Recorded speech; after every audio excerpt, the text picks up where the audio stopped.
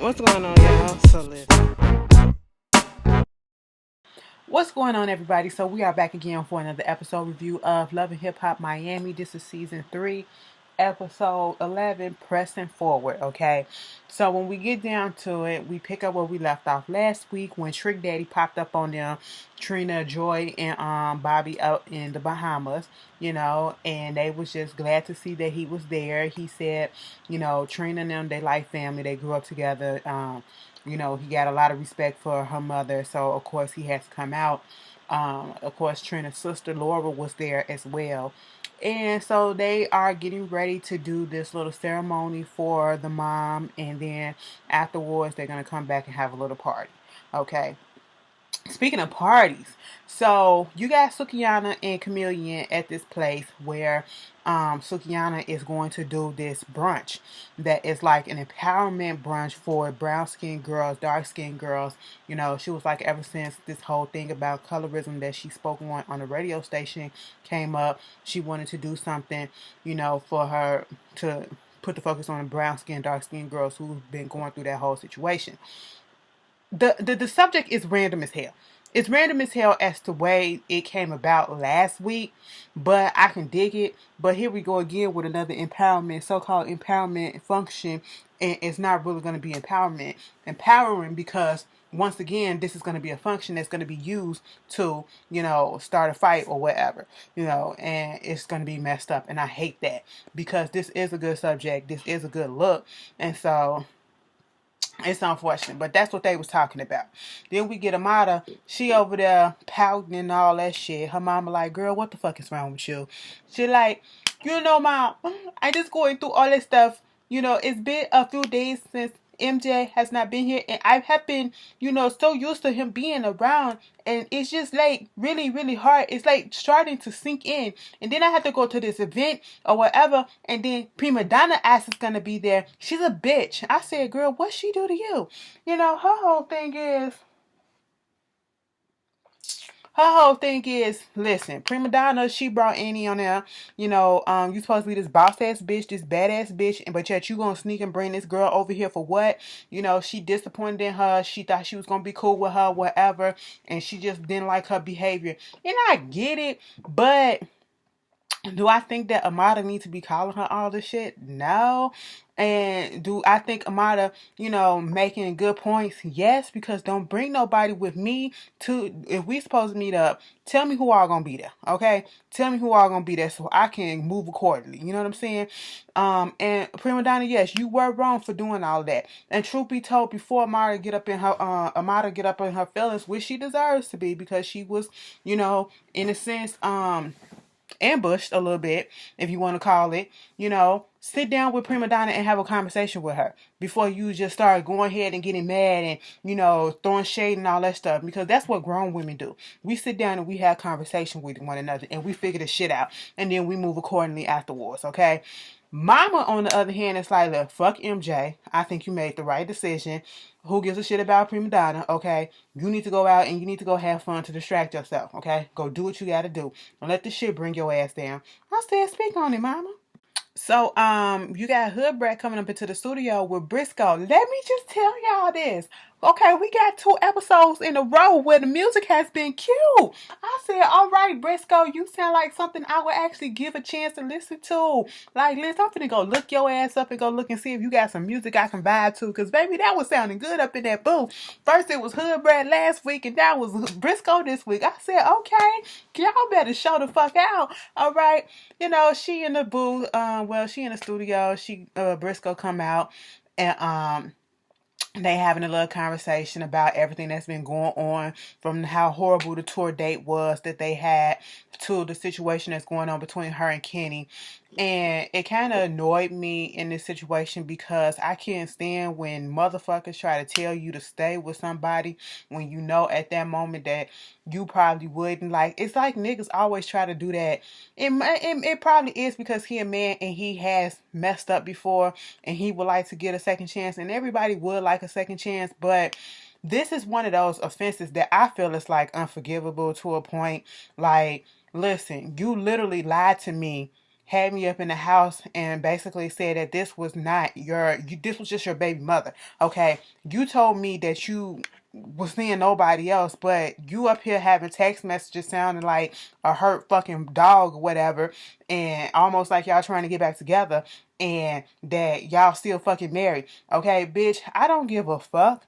Let me see the divorce papers and then I'll think about that shit. But I'm not trying to get back with somebody who lied to me. That is a no-no right then and there. Like, you start the relationship all fucked up and there is no trust right there. And I feel like if there's no trust, there's no love. But see, Hood Brat is young. And then you listen to what Briscoe talking about you gotta listen to your inner heart and all this shit or whatever. He coming from a male perspective. He's coming from somebody that if he would have did some shit like that, he would expect his girl to forgive him and to stay with him. Okay? Not a woman's perspective where that shit hurts deep. And I'm sorry if y'all hear this clicking in there, because I know somebody gonna say it's my anyway. So I'm just like, no, girl, if you feel like you've been hurt and you need some time away or whatever, be some time away and then think about that shit. Don't just go back to him because this dude telling you to give him a second chance and shit like that. No. Okay. I was sitting here like, Briscoe, I like you, but shut the fuck up. Okay. Just because your woman probably did that or whatever, you talk about something, I'm gonna have to get him on the phone and tell him to get some Chanel for you. She said, fuck that shit, I can buy my own shit. Okay, that ain't gonna soothe over what is happening. That ain't gonna make me forget. He was like, you can forgive, but you ain't gotta forget. He was like, when I fucked around on Shello, all I did was brought her a Porsche and that buried the shit for 2 years. I said, but the shit came back up. You said it was only buried for 2 years, but the shit came back up. Okay, you still did the same thing over again. You know what I'm saying? So, what point was made? She just got a new car out of it and y'all still broke up.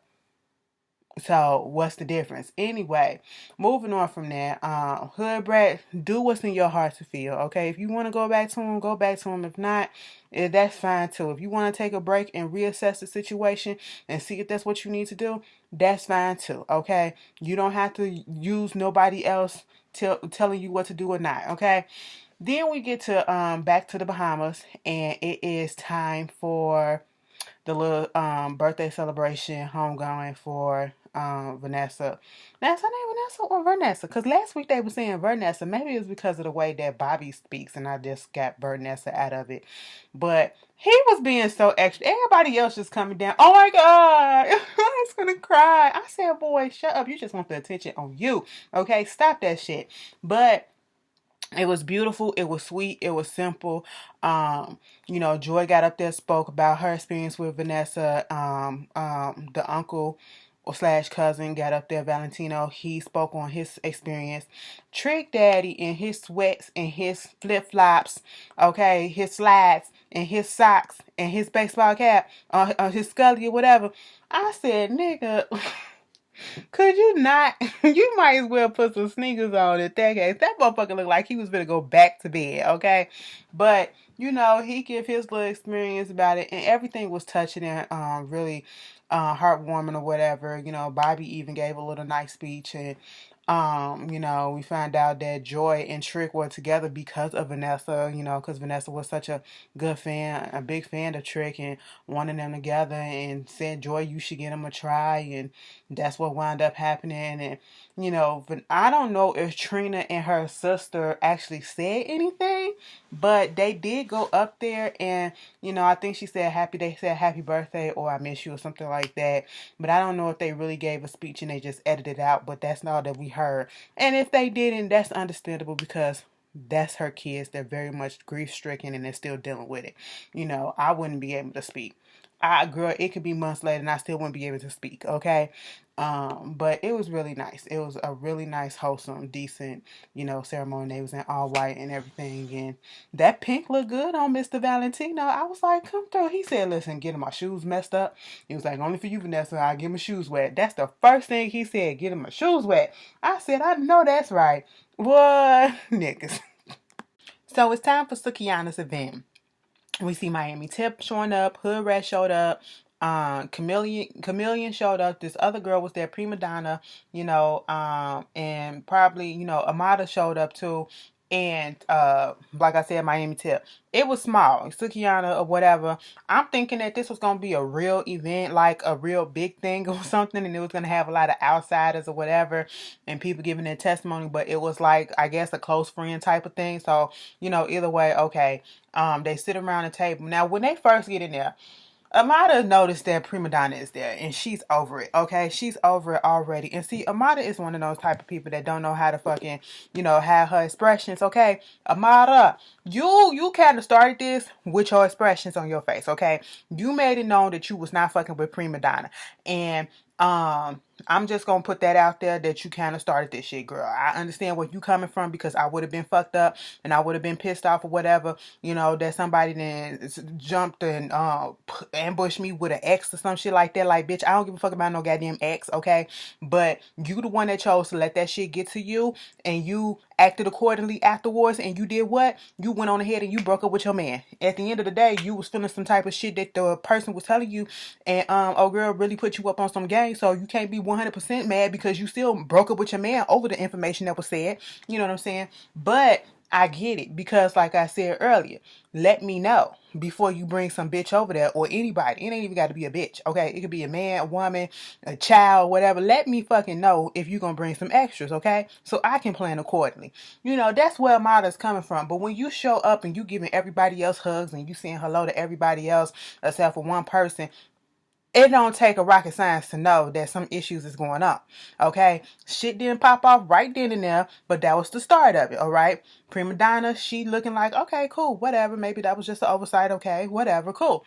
Sukiana is giving her little speech, thanking everybody for being there. I love the fact that Sukiana always says, she got the lips and the hips and the, the skin color, the nose and all that stuff of her ancestors and shit like that. I love that shit. But they were just going around the room, this table, talking about their experiences with colorism and, how each of them had various different and similar experiences, Prima Donna, she said her father is African, her mother is a Geechee, or vice versa. And so, she had a lot of ass, and sometimes she wished that she didn't have so much ass because they used to call her African booty scratcher. And to be quite honest, when I look at it now, and me as an adult, I can see how offensive that is because we used to say that shit. I'm not gonna sit here and I'm not gonna say, oh, I ain't never heard that shit, or I ain't never said that shit. We said that shit, but not necessarily to a dark skinned person. We just said that shit just to say that shit. You know what I'm saying?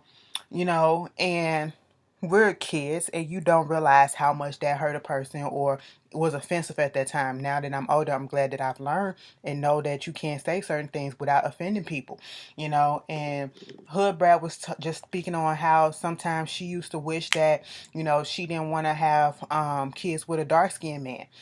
She would want to be lighter because she didn't want their kids to come out and be dark and go through the things that she went through, and she had to get over that. Then you had the opposite of the spectrum with Tip coming out saying that sometimes she wished that she was darker because all her cousins and all her people in her family was dark skinned or brown skinned, and she was the light one, and it was like she had to prove that she was black enough because of the fact that she was lighter, and trying to fit in. And I understand that because there has been times that I actually wish that I was a little darker, I was at least a brown skin, but I went through that stage, and I didn't think that anybody else who was light skinned like me would actually admit to going through something like that. And sometimes I don't even acknowledge it because I feel as though my experiencing don't it fails to compare to darker skinned women and darker skinned men who actually go through, that probably more discrimination than I have, okay? So I just kept that shit to myself. So to hear Tip say that, I was like, oh yeah, I felt that shit too. But then you got Amara. Amara come through, and we know that when she first came on here, the whole thing was about, getting respected within the Latin community and then being Afro-Latina and all that stuff. And so, she started talking about, her experience where she grew up in the projects and she tried to be friends with African Americans, and they say, no, you're not African American. You not black enough because you speak Spanish. So she go over there, try to be friends with the Cubans and, the Dominicans, and come to find out they're like, no, you're too dark. And if I'm telling you, Louis Henry Gate, Is his name Louis Henry Gate or Henry Louis Gate? Y'all know who I'm talking about. The one that do the finding your ancestors, and he do all these traces back to Africa and everything like that, finding your roots or whatever. I'm telling you, it's a documentary that's on the Latin American countries, Latin America and Latin countries in general, and how colorism plays a big part, and how there are dark skin colorisms in all Latin America and all Latin countries or whatever, and how they are literally discriminated against because of their darker skin. So I get exactly where she's coming from. And then Prima Donna asked the question, so what do you identify as? There was nothing wrong with that question. The issue was it was coming from Prima Donna. And instead of just answering the question and being a grown up and just letting the issue that you have at this present moment with Prima Donna subside for the moment, put that on hold, and let it be about this whole event about empowering women and everything. You blew it up, or you made it obvious that there was an issue, and you took the focus off the fact that this event was about empowering women and getting our issues out with one another and connecting on, colorism and stuff like that, and building each other up. And you let it be known that you got a problem with this girl who wasn't even trying to have a problem with you at this point. You know what I'm saying? Amara, you was wrong in that situation. You was wrong, okay? Because you could have waited. You could have just answered the question, because I'm pretty sure that everybody else that was sitting at the table probably was wondering the same thing. And Prima Donna was the one that was bold enough to ask the question. Okay? And Sukiyama was like, hold up. If it's some tension or whatever, what's going on right here? Explain that shit. Like, what's going on? And you refuse to say anything. You refuse to say anything. And I understand that's your right, but at this point, it was just getting childish. It was getting childish. Now, Prima Donna was like, she kind of coming on to the fact or whatever, because then Amada said, she brought some bitch to my man to a lunch or whatever that we had, his girlfriend or whatever. Prima Donna said girl from 6 years ago. And Prima Donna, you didn't understand the fact that, regardless of if it was an ex from 6 years ago, 2 years ago, 20 years ago, nobody wants to see their significant other's ex, okay? Especially if they were not made privy that it was going to happen, all right? You fucked up in that aspect of it. But the way Amada handled this whole situation, she fucked up in it. Next thing you know, they going back and forth. And, Amada's in Spanish telling her to shut the fuck up, that she the only one with the biggest mouth, and you need to shut up. You need to shut up. The person that needs to shut up is you, and all that shit or whatever.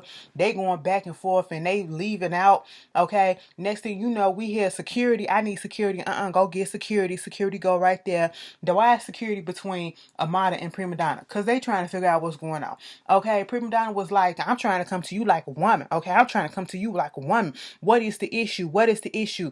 Okay, talk to me. Okay, you made this event about yourself. This is about empowering women, and you just fucked it up and all this stuff. No, you did that. You did that. You made this event about you, okay? I was trying to avoid the situation. That's what I was trying to do, okay? But you made it about me and you. I said, and quite frankly, no, you made it about you and her, okay? As soon as you walked into the room, you did, all right? And she was like, you should not have brought somebody else over to our dinner, our lunch date, or whatever, without telling me. If you're gonna do that, you should have told me in advance. Or even if we were sitting there at the table, you should have told me, hey, I'm gonna bring somebody here, okay? And Prima Donna was like, see, I can respect that, because that's all you had to fucking say. Now, you did try to break it about yourself, okay? You fucked this shit up, Amada, to be quite honest. Bitch, when Sukiyana said, now see, it's some hood up in Haddon. People thought that I was ghetto when all that shit, and probably was gonna be the one that fucked this shit up. Come to find out, it's some hood all up in that ass that Prima Donna got, and it's some hood rat all up in that afro that goddamn Amada got. Girl, yes, I said that shit did not have to happen, and that was just a dumbass thing. Okay, Amada, you don't know how to be a mature woman and just hold on and be cordial, and if you was gonna have an issue, just not show up, or just be quiet, or calm your facial expressions. I get it, because I'm very expressive when I don't fuck with shit, but I know how to calm that shit down in public, okay? And so that it won't fuck up shit. You know what I'm saying? Girl, calm down. Briscoe and Cello and their son Snacks, they go look at a house that's out his budget.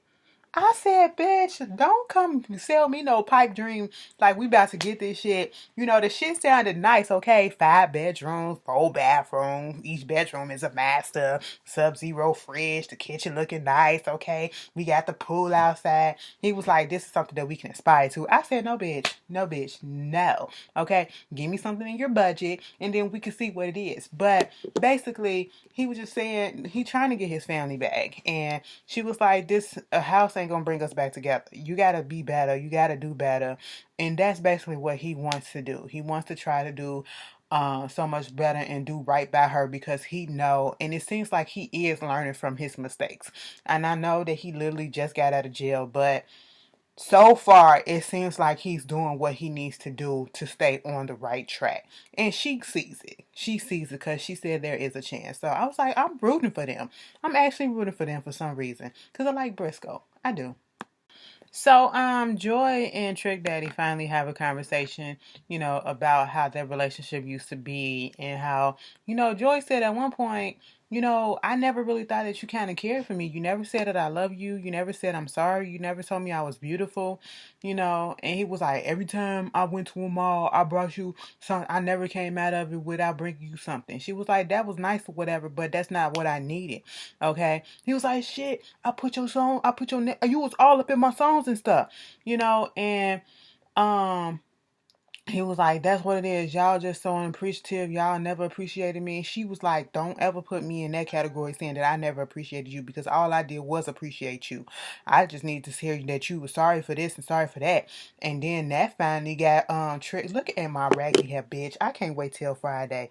Girl, because it's all oh, I just feel raggedy. This just been a raggedy ass day. Like, truth be told, girl, y'all know I still had to go to work. And truth be told, ain't nobody probably showing up to work tomorrow. So I'm probably gonna be the only bitch up in there. Uh, like we gonna force them motherfuckers to close our jobs down. Like for real, for real. They still paying us, so why we still gotta go? Okay, ain't nothing open down there, and ain't nobody coming in. Anyway. Trick's like, I'm sorry, okay? I'm sorry for hollering at you. I'm sorry for ever, coming out my mouth at you for making you feel bad because it wasn't about you, okay? It wasn't about you. And that made Joy feel good. Sometimes it just be the smallest shit, the simplest stuff that we want to hear, male or female, you know what I'm saying? To make our day, all right? And that did it for her. And then the episode ended in, back in the Bahamas again. All the family is over. They're having a party. They're celebrating, having one another around. And of course, Trina, she was just saying how, she's in a emotional place, a difficult place at this moment, emotionally and spiritually. She's heartbroken. So she's just praying. She needs guidance. Okay. And I feel really bad for her. I feel bad for anybody who has lost somebody, especially a mother or a father that they were close to, or a grandparent, because those can be surrogate parents as well. So, if you ever lost somebody like that, more prayers to you. But that was the end of Love and Hip Hop Miami for tonight. You guys tell me how you feel, and I'll see y'all later. Peace. Be safe out there.